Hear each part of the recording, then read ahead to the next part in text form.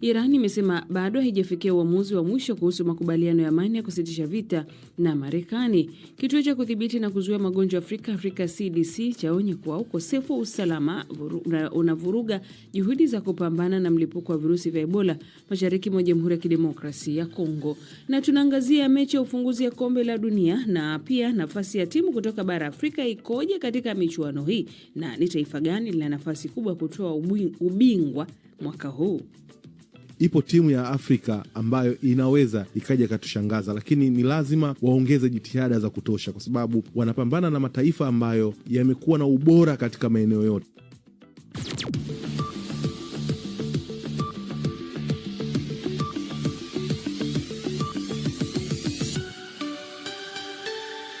Ijumaa hii leo msikilizaji, ya Juni 12 mwaka 2026. Kwanza acha nimpishe mwenzangu hapa studioni Halima Nyanza kusomea muktasari wa habari za ulimwengu. Halima, karibu. Asante Skola, na habari msikilizaji. Iran imesema haijafikia uamuzi wa mwisho juu ya makubaliano ya amani na Marekani. Msemaji wa wizara ya mambo ya nchi za nje wa Iran, Ismail Baghei, amenukuliwa na vyombo vya habari vya nchi hiyo akisema kuwa kwa sasa bado yanapitia makubaliano yaliyopendekezwa. Kauli hiyo imekuja baada ya Rais Donald Trump kusisitiza kuwa makubaliano ya mzozo uliopo kufungua tena mlango wa bahari wa Hormuz karibu kukamilika. Awali akizungumza na waandishi wa habari katika ikulu ya Marekani, Rais Trump ameelezea kufikiwa kwa makubaliano hayo kwa kiasi kikubwa na kwamba hati za makubaliano zitakamilika siku chache zijazo. Jamaa za watu waliokufa katika ajali ya shirika la ndege la India iliyotokea mwaka jana leo wanaadhimisha kumbukumbu ya mwaka mmoja toka kutokea kwa janga hilo, huku akisubiri ripoti kamili juu ya chanzo cha ajali hiyo. Watu 260 walikufa baada ya ndege hiyo kugonga maeneo ya makazi muda mfupi tu baada ya kuanza kupaa kutoka katika mji wa Ahmedabad kuelekea London. Wachunguzi wanatarajiwa kutoa matokeo ya uchunguzi wao wa karibuni, lakini hata hivyo ripoti ya mwisho juu ya ajali hiyo itachelewa kutolewa mpaka baada ya maadhimisho haya ya mwaka mmoja. Kikosi cha timu ya taifa ya soka ya Jamhuri ya Kidemokrasia ya Kongo hatimaye kimewasili nchini Marekani kwa ajili ya michuano ya Kombe la Dunia baada ya kuwa kwenye karantini ya siku 21 kutokana na nchi hiyo kukumbwa na virusi vya mlipuko wa Ebola. Kikosi hicho kimewasili jana mjini Houston kikitokea Ubelgiji ilipokuwa ikijiandaa na michuano hiyo. Mchezo wao wa kwanza watacheza na Ureno siku ya Jumatano. Kocha wa kikosi hicho amesema ana matumaini wachezaji wake kufanya vizuri ili kupeleka furaha nyumbani. Timu nyingine ya Afrika Kusini ilicheza katika mchezo wa ufunguzi jana na Mexico na kubugizwa mabao 2-0 kama anavyoelezea mshabiki huyu. My name is Buse Terence Kama. I'm from Swaziland. Jina langu ni Buse Terence Kama, natokea Swaziland. Maoni yangu kuhusu mchezo huo, tunasikitika sana kwamba Apollo hakuanza, na pia nina furaha juu ya uchezaji mzuri wa Mukazi. Amecheza vizuri sana. Nafikiri kutolewa kwa kadi nyekundu ya pili haikuwa sawa. Hiyo hatukustahili, lakini ni mchezo wa kwanza tu na tutafanya vyema zaidi wakati ujao. Na waziri wa jeshi la Uingereza Al Kans amejiuzulu kutokana na gharama za matumizi ya fedha ndani ya jeshi muda mfupi tu baada ya waziri wa ulinzi wa nchi hiyo John Healey kufanya hivyo. Waziri mkuu wa Uingereza Keir Starmer amemteua Dan Jarvis kuwa waziri mpya wa ulinzi. Awali aliyekuwa waziri wa ulinzi John Healey alimlaumu Sakea kwa kutoweza kutoa rasilimali zinazohitajika ili kuweka nchi salama. Naye Al Kans ni waziri wa 7 kujiuzulu serikalini katika kipindi kisichozidi mwezi mmoja. Hii ni BBC.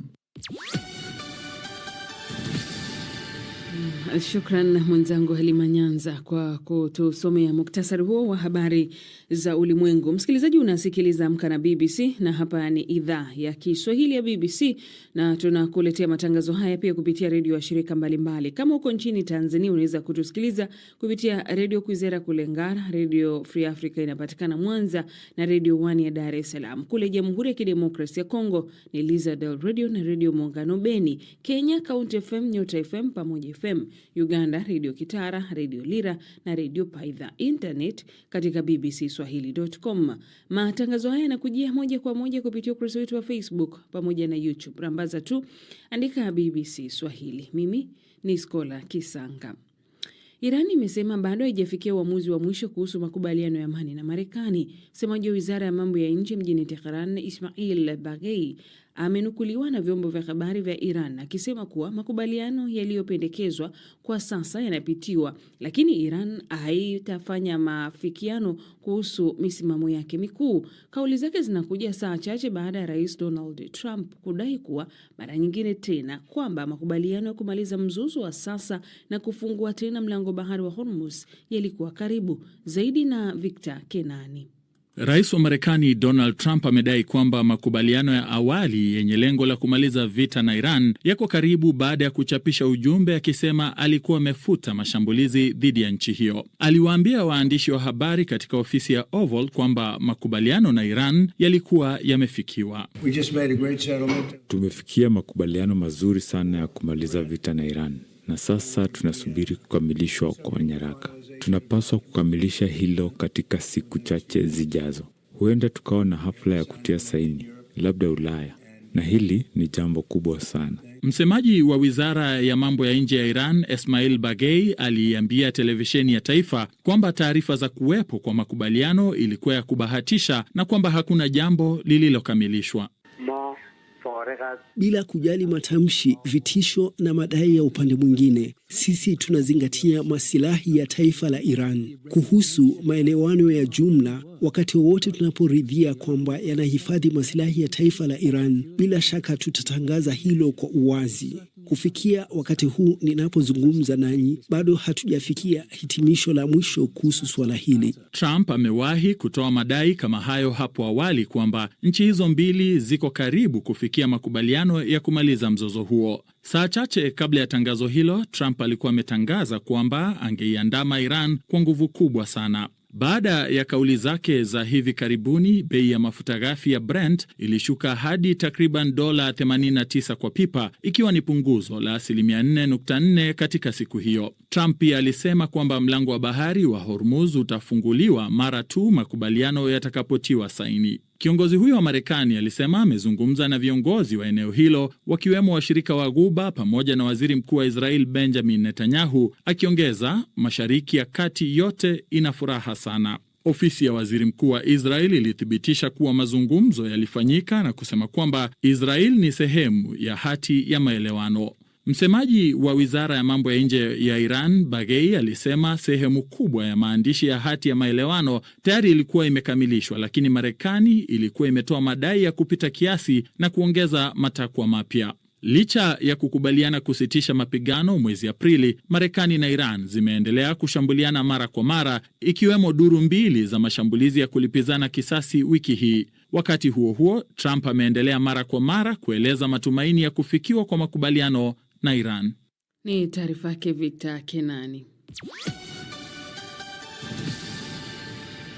Kituo cha kudhibiti na kuzuia magonjwa Afrika, yani Afrika CDC, kimeonya kwamba ukosefu wa usalama umekuwa ukivuruga juhudi za kupambana na mlipuko wa virusi vya Ebola aina ya Bundibugyo mashariki mwa Jamhuri ya Kidemokrasia ya Kongo.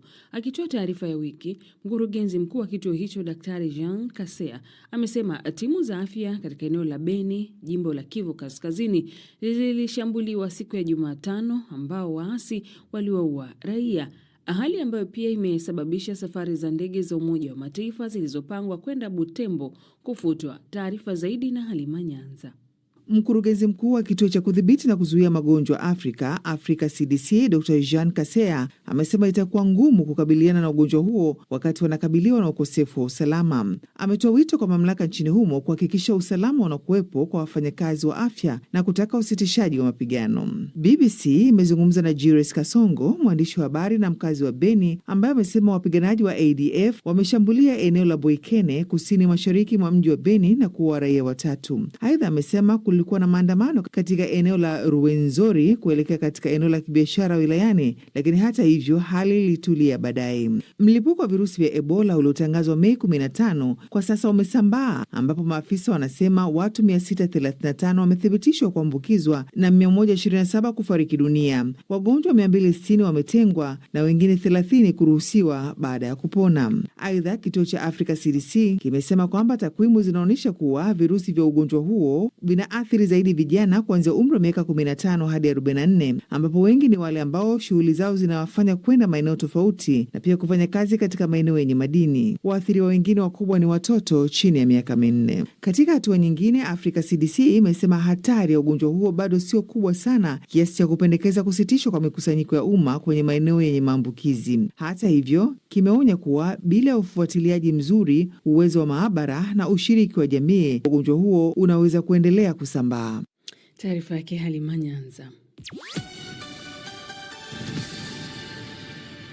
Kutoka kijiji cha mbali nchini Tanzania hadi katika kumbi za kitaaluma za chuo kikuu cha Oxford nchini Uingereza. Hii ni safari ya matumaini na ukombozi kwa mwanaharakati Robi Samuel. Yeye ni mwanzilishi wa shirika la Hope for Girls and Women in Tanzania inayoendesha nyumba salama kwa wasichana wanaokimbia ukatili wa kijinsia ikiwemo ukeketaji. Isabella Magoni amezungumza na Robi na amemuuliza nini hasa kilimpa ujasiri wa kupinga mila ambayo yeye mwenyewe ilimwathiri karibu kupoteza maisha. Nilikuwa na umri wa miaka 13 ndipo mzazi wangu aliniambia napaswa kukeketwa wakati nimehitimu darasa la 7. Hali ile ilinipa udhaifu sana kwa sababu nilipokuwa darasa la 5 nilialikwa sherehe ya kukeketwa kwa rafiki yangu alikuwa anaitwa Sabina, na Sabina alifariki kwa sababu alitokwa damu nyingi sana.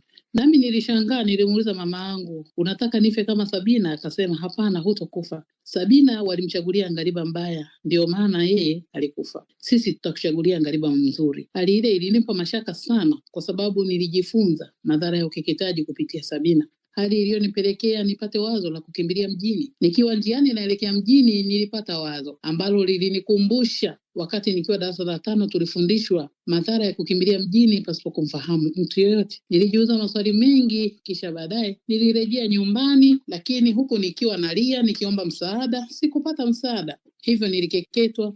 Tulikuwa wasichana 16, ngariba 2, mmoja alikuwa kwa ajili yangu. Nilitokwa damu nyingi, nilipoteza fahamu. Na nyumbani sherehe ilibadilika kuwa msiba. Mama yangu na wengine walilia sana, lakini nilizinduka. Namshukuru Mwenyezi Mungu. Nilimsikia mama mmoja akisema, amepoteza fahamu kwa muda mrefu, sijui kama akili yake itafanya kazi vizuri. Pale ndipo nilipojua kilichotokea. Na tangu siku ile familia yetu ilibadilika. Hawakuwalazimisha wadogo zangu kufanywa ukeketaji kama ilivyokuwa kwangu mimi. Umetaja kwamba kuna sheria ambazo ziko katika taifa la Tanzania za kupinga ukeketaji. Ipi changamoto? Mbona bado kuna wale ambao wanasifia tamaduni hii? Wazee wa mila ndio wanaotangaza ukeketaji muda umefika, na ndio wanaochagua ngariba, lakini pia wanapanga gharama ya kumkeketa binti mmoja. Utaona ni jinsi gani hao wanatumia ukeketaji kama sehemu ya kujipatia kipato. Lakini vile vile wako baadhi ya wanasiasa ambao katika kuomba kura wamewatumia wazee wa mila kushawishi ili waweze kupata kura. Nam, huyo ni Robi Samuel ambaye ni mwanaharakati wa maswala ya wanawake pamoja na ukeketaji kama alivyozungumza na mwenzangu Isabella Mwagodi. Na sasa moja kwa moja tunakwenda viwanjani na Victor Kenani. Twenzetu. Shukran Skola. Baada ya kusubiri kwa muda mrefu, kombe la dunia limeanza kwa mbwembwe, huku mechi ya ufunguzi ikishuhudia kadi nyekundu zikitolewa kama pipi. Wachezaji 3 walitolewa nje kwa kadi nyekundu wakati wenyeji wenza wa kombe la dunia Mexico walipoifunga Afrika Kusini kwa mabao 2-0 katika mechi ya kusisimua iliyochezwa mbele ya mashabiki waliofurika uwanja wa Azteca. Afrika Kusini ilimaliza mchezo ikiwa na wachezaji 9 pekee uwanjani, huku Mexico nayo ikibaki na wachezaji 10 kama dakika za mwisho za mchezo. Mwamuzi wa Brazil Wilton Sampaio alitoa kadi hizo nyekundu kwa mchezaji wa Afrika Kusini Yaya Sithole kwa kuzuia nafasi ya wazi ya kufunga bao Themba Zwane kwa kumpiga kumbo mpinzani, na baadaye akamtoa Cesar Montes wa Mexico kwa fauli mbaya mwishoni mwa mchezo. Katika kombe la dunia la Qatar mwaka 2022, jumla ya kadi nyekundu 4 pekee ndizo zilizotolewa katika mashindano yote, huku mechi ya ufunguzi ikiwa haijawahi kushuhudia kadi nyekundu 3 kabla ya sasa. Tuelekee kwenye tenis, na zawadi ya fedha katika michuano ya Wimbledon ya mwaka huu zimeongezwa kwa 20% hadi kufikia pauni milioni 64.2. Mabingwa wa mashindano ya wanaume na wanawake katika mchezo wa mmoja wataondoka na kitita cha pauni milioni 3.6 kila moja, huku wachezaji watakaotolewa raundi ya kwanza wakilipwa pauni 80,000. Zaidi ya pauni milioni 60 zimetengwa kwa ajili ya mashindano ya kufuzu. Na katika mashindano ya magari ya Formula 1, viongozi wa mchezo huo wamekubaliana mpango wa hatua 2 wa kubadilisha muundo wa injini kufuatia ukosoaji wa kanuni mpya za mwaka huu. Madereva wamekuwa wakilalamika mgawanyiko wa karibu 50-50 kati ya nguvu za injini ya petroli na nguvu ya umeme. Na kufikia hapo na kunja jamvi na narejea kwako Skola. Naam, asante sana Victor Kenani. Lakini nikwambie tu mechi iliyomalizika ya pili katika mechi za ufunguzi za kombe la dunia ni Korea Kusini pamoja na Jamhuri ya Czech. Dakika 90 Korea Kusini